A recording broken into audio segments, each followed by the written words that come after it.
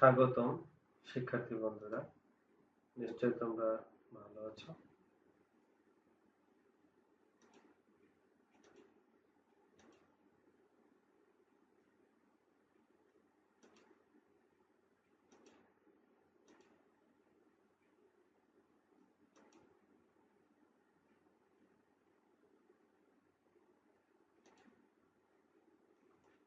শিক্ষার্থী বন্ধুরা, তোমরা নিশ্চয় একটি ছবি দেখতে পাচ্ছ। ছবিতে একজন মহিলাকে কিছু উপহার দেওয়া হচ্ছে। তো উপহার এই শব্দটি আমরা কিভাবে পেয়েছি? আমরা জানি যে হার সাধারণত মেয়েদের অলংকার বিশেষ। এই হারের পূর্বে উপযুক্ত হয়ে উপহার শব্দটি গঠিত হয়েছে, তাই তো? তো এটি হচ্ছে একটি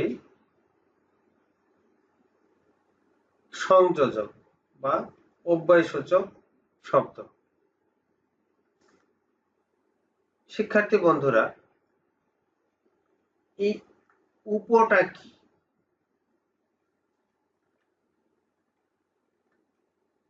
উপটি হচ্ছে উপসর্গ। আজকের পাঠ উপসর্গ।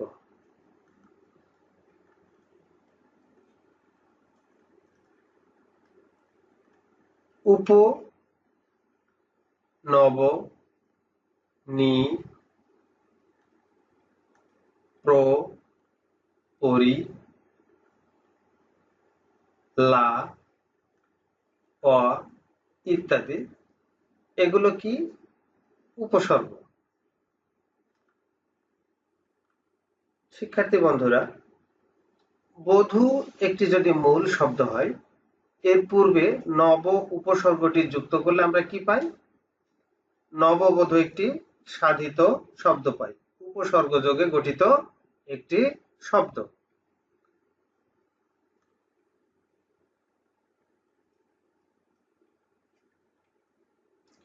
শিক্ষার্থী বন্ধুরা, আজকের আলোচনায় শিখন ফল কি কি তা নিচে দেখানো হচ্ছে।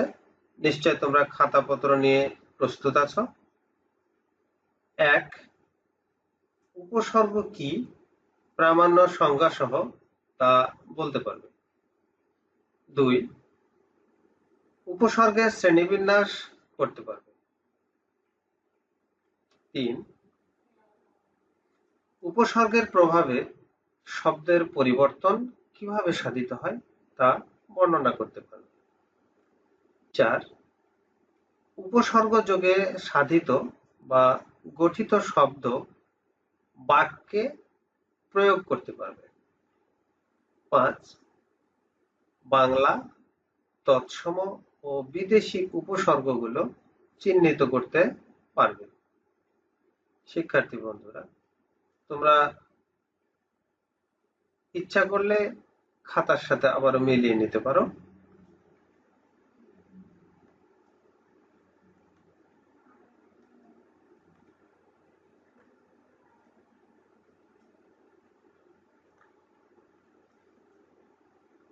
উপসর্গ কথাটির মূল অর্থ উপসৃষ্টি।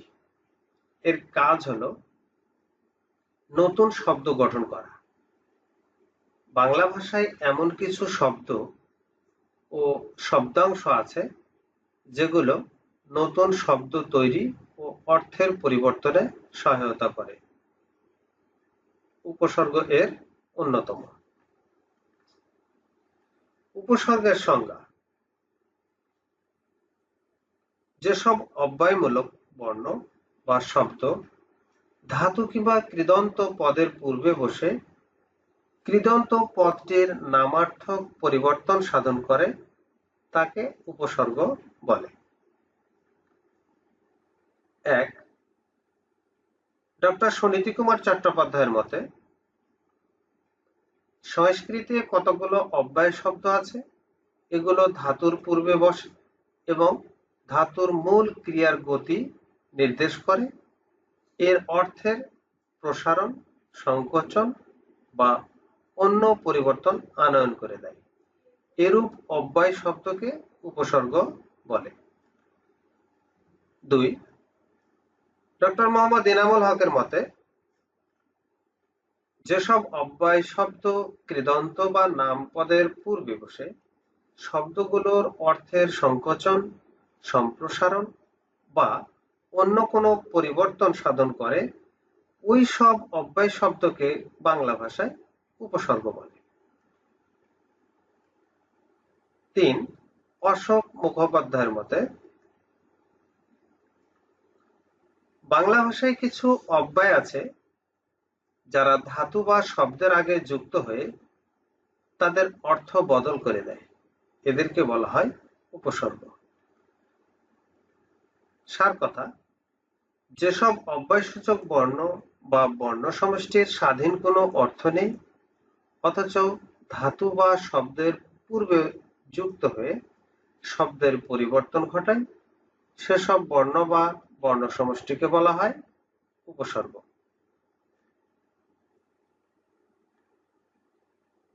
শিক্ষার্থী বন্ধুরা, এবার আমরা আলোচনায় আসব উপসর্গের শ্রেণীবিভাগ নিয়ে।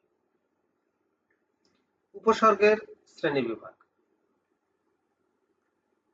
উপসর্গকে সাধারণত 3 ভাগে ভাগ করা হয়েছে: বাংলা উপসর্গ, তৎসম উপসর্গ এবং বিদেশি উপসর্গ। বিদেশি উপসর্গগুলোকে আবার 4 ভাগে বিভক্ত করা হয়েছে: ফার্সি, আরবি, ইংরেজি, উর্দু, হিন্দি।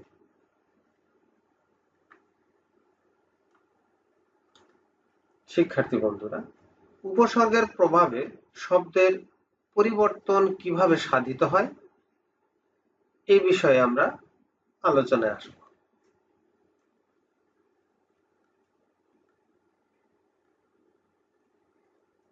দেখো, এখানে মূল শব্দ ছায়া, এর পূর্বে প্র উপসর্গটি যুক্ত হয়ে গঠিত হয়েছে প্রচ্ছায়া। তাহলে কি হলো বন্ধুরা? ছায়া একটি শব্দ, এর আগে প্র অব্যয়টি যুক্ত হলে হয় প্রচ্ছায়া, যার অর্থ ঘন ছায়া। এখানে নতুন অর্থবোধক শব্দ তৈরি হয়েছে।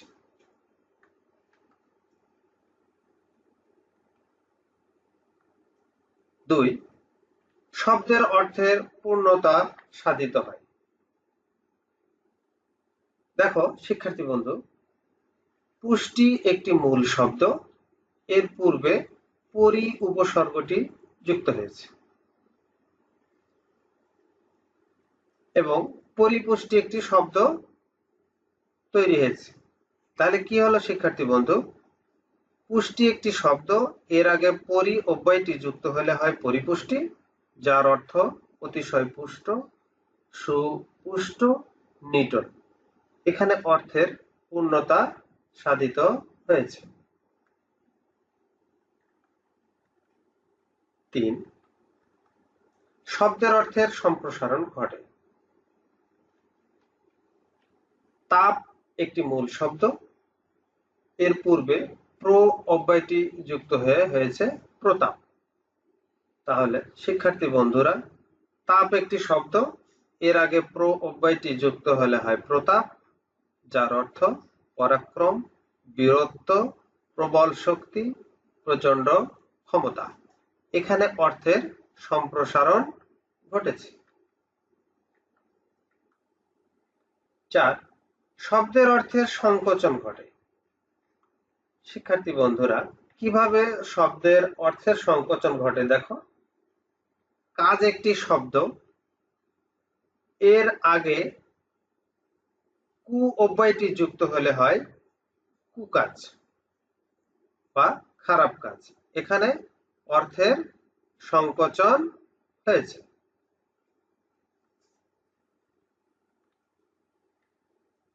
5. শব্দের অর্থের পরিবর্তন ঘটে।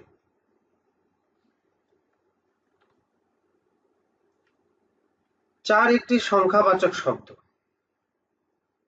এর আগে প্র অব্যয়টি যুক্ত হলে হয় প্রচার, যার অর্থ ঘোষণা।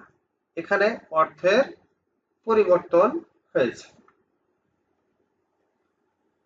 শিক্ষার্থী বন্ধুরা, উপসর্গের প্রভাবে একই শব্দের অর্থের পরিবর্তন এ সম্পর্কে আমরা এখন আলোচনায় দেখব। যে প্রথমে আমরা উপসর্গগুলো দিয়েছি, এরপরে মূল শব্দ একটি শব্দ চয়ন করা হয়েছে হার, এবং উপসর্গ যোগে কিভাবে গঠিত শব্দগুলো আমরা পাই তা এখানে দেখানো হচ্ছে। শিক্ষার্থী বন্ধুরা, আমরা সবাই জানি যে হার একটি মেয়েদের অলংকার বা গহনা বিশেষ। এই হার শব্দটির পূর্বে উপসর্গগুলো যুক্ত হয়ে কিভাবে নতুন নতুন অর্থবোধক বা শব্দের অর্থের পরিবর্তন সম্বলিত শব্দ গঠিত হয়, এই বিষয়ে আমরা এখানে দেখতে পাচ্ছি। আমরা যদি লক্ষ্য করি, দেখব হার মূল শব্দের সাথে পূর্বে আ উপসর্গ যুক্ত হয়ে উপসর্গ যোগে গঠিত শব্দটি আহার বা ভোজন। অনুরূপভাবে অনাহার বা উপবাস, প্রহার বা নিগ্রহ, পরিহার বা বর্জন, উপহার বা উপঢৌকন, বিহার বা ভ্রমণ ইত্যাদি শব্দগুলো উপসর্গ যোগে গঠিত শব্দ।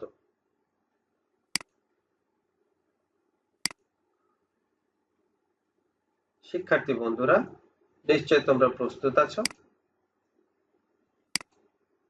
আমরা জোড়াই কাজ করব। ক দল জোড় জোড় রোল এবং খ দল বিজোড় বিজোড় রোল।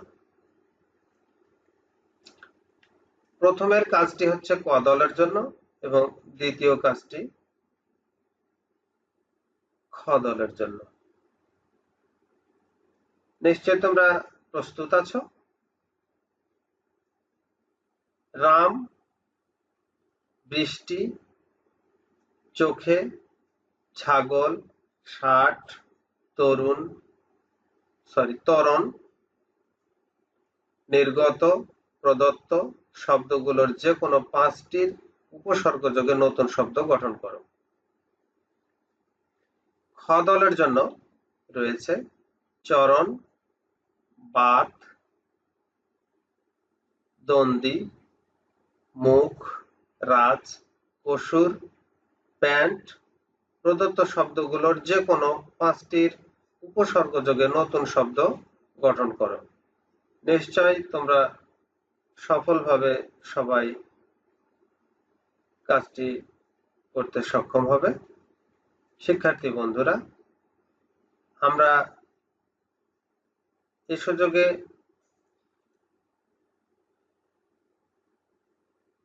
কিছু সময়ের জন্য কাজগুলো দেখে নিই। হ্যাঁ, আশা করছি তোমরা সবাই কাজগুলো সফলভাবে করতে সক্ষম হয়েছ। তো এবার আমরা যাই উপসর্গ যোগে কিভাবে সাধিত বা গঠিত কিছু শব্দের বাক্যে প্রয়োগ করতে পারি সে সম্পর্কে আলোচনায় যাব।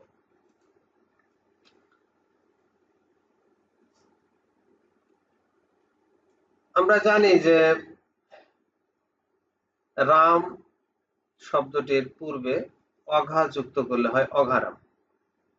তো দেখো, অঘারাম ছেলেদের দিয়ে সংসারে উন্নতি আশা করা ভুল, এটি আমরা একটি বাক্যে প্রয়োগ করে দেখালাম।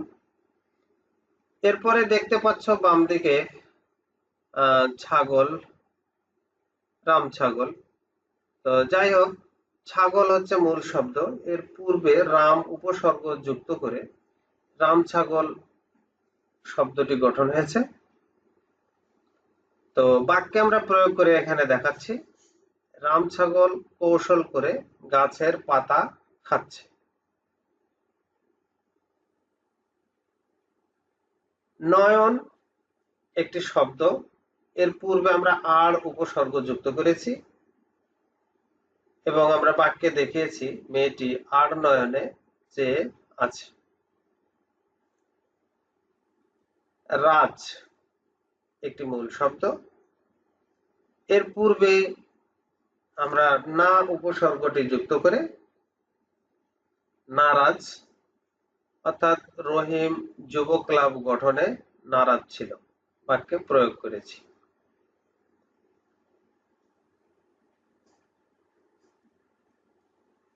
আমরা জানি হার একটি মূল শব্দ। এর পূর্বে যুক্ত হয় যদি উপসর্গ, তাহলে প্রহার উপসর্গযোগে সাধিত শব্দটি আমরা পাই। তো এখানে পুলিশের অন্যায়মূলক প্রহারে সাধারণ মানুষ অতিষ্ঠ বাক্যে প্রয়োগ করে দেখানো হয়েছে। মৃত্যু একটি মূল শব্দ। এর পূর্বে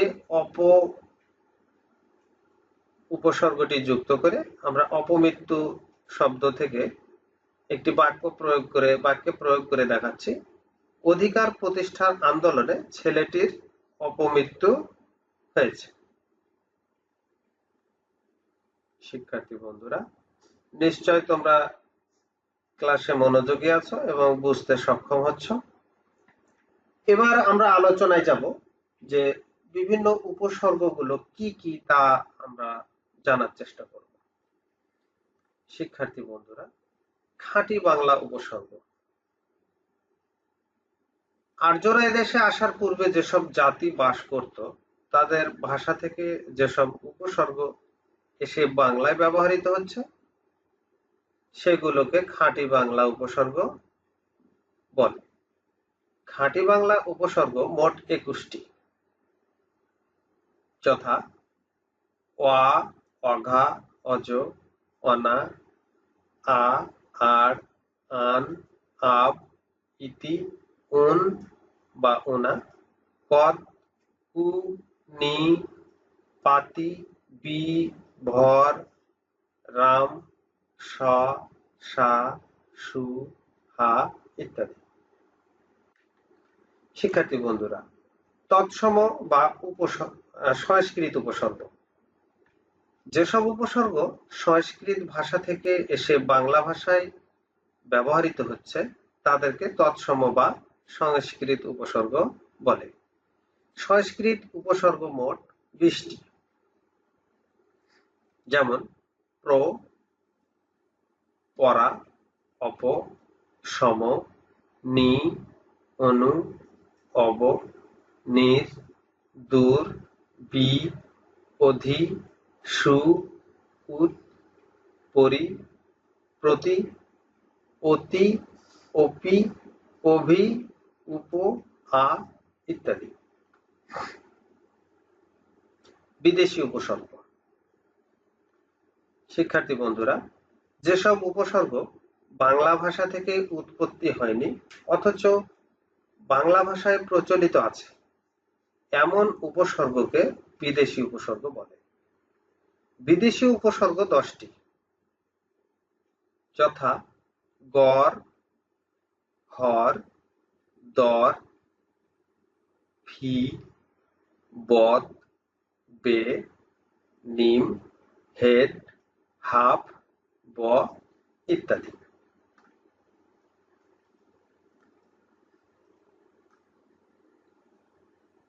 শিক্ষার্থী বন্ধুরা, নিশ্চয় তোমরা এতক্ষণ ক্লাসে উপসর্গ কি এবং উপসর্গ সম্পর্কিত অনেক কিছু আত্মস্থ করতে পেরেছ।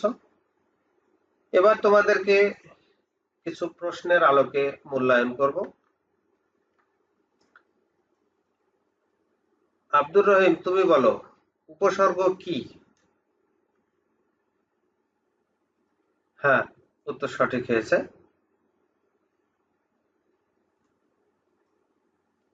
সালমা খাতুন, তুমি বলো উপসর্গ কত প্রকার? হ্যাঁ হ্যাঁ, সঠিক হয়েছে উত্তর।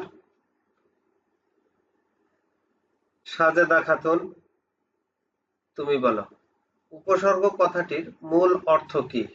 হ্যাঁ, সুন্দর সুন্দর উত্তর হয়েছে।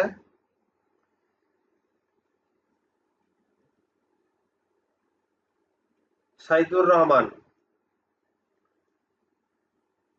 তুমি বলো।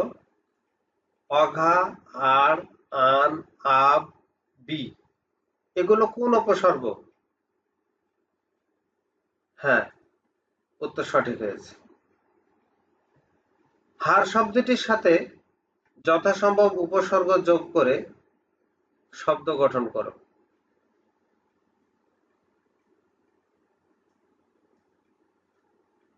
কে কতটি শব্দ গঠন করতে পারো করে দেখাবে। হ্যাঁ, তোমরা সুন্দর পেরেছ। সবাই ভালো শব্দ গঠন করতে সক্ষম হয়েছে। সিদ্দিকুর রহমান, তুমি বলো। প্র, পরা, অপ, অব, সু এগুলো কোন উপসর্গ? হ্যাঁ, উত্তর সঠিক হয়েছে। নিশ্চয়ই তোমরা আত্মস্থ করতে সক্ষম হয়েছ এবং আশা করি সফলভাবেই তোমরা ক্লাস করতে আজকে আগ্রহী এবং সক্ষম। শিক্ষার্থী বন্ধুরা, এবার বাড়ির কাজের পালা। তোমার পরিবেশ থেকে প্রাপ্ত উপসর্গ যোগে গঠিত শব্দ দিয়ে বাংলা তৎসম বিদেশি উপসর্গের যথাসম্ভব বাক্য গঠন করো। তোমরা